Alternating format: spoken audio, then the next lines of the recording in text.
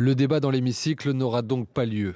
Dès l'entame de l'examen de la proposition de loi prévoyant la création d'une holding de l'audiovisuel public français, une motion de rejet est adoptée, mettant fin à l'examen du texte. Le scrutin est clos. Votant 132, exprimé 132, majorité 67 pour 94 contre 38. L'Assemblée nationale a adopté. Cette motion déposée par les écologistes a obtenu le soutien de la gauche et, plus surprenant, des députés du Rassemblement national. L'extrême droite qui fait valoir que l'examen de la proposition aurait entraîné d'interminables débats. Une alliance de circonstances, synonyme de nouvelle claque pour la ministre de la Culture qui porte la réforme depuis sa nomination en janvier 2024.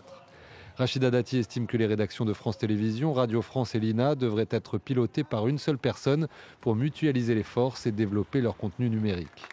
Les salariés et syndicats du secteur, dont une bonne partie était en grève ce lundi, y voient surtout un moyen de réduire les dépenses. Elle n'a pas vraiment d'argument qui nous convainc. Elle nous dit, voilà, pour être plus fort, il faut créer donc cette holding, des filiales. Je vous prépare à l'avenir parce que ça va être dur. Mais aujourd'hui, l'audiovisuel public, il est fort. Après déjà 2 ans de parcours législatif, interrompu par la dissolution et plusieurs suspensions de son examen, le projet de réforme de l'audiovisuel public retourne désormais au Sénat, où il a déjà été adopté pour une seconde lecture. Aucune date n'a pour l'instant été fixée.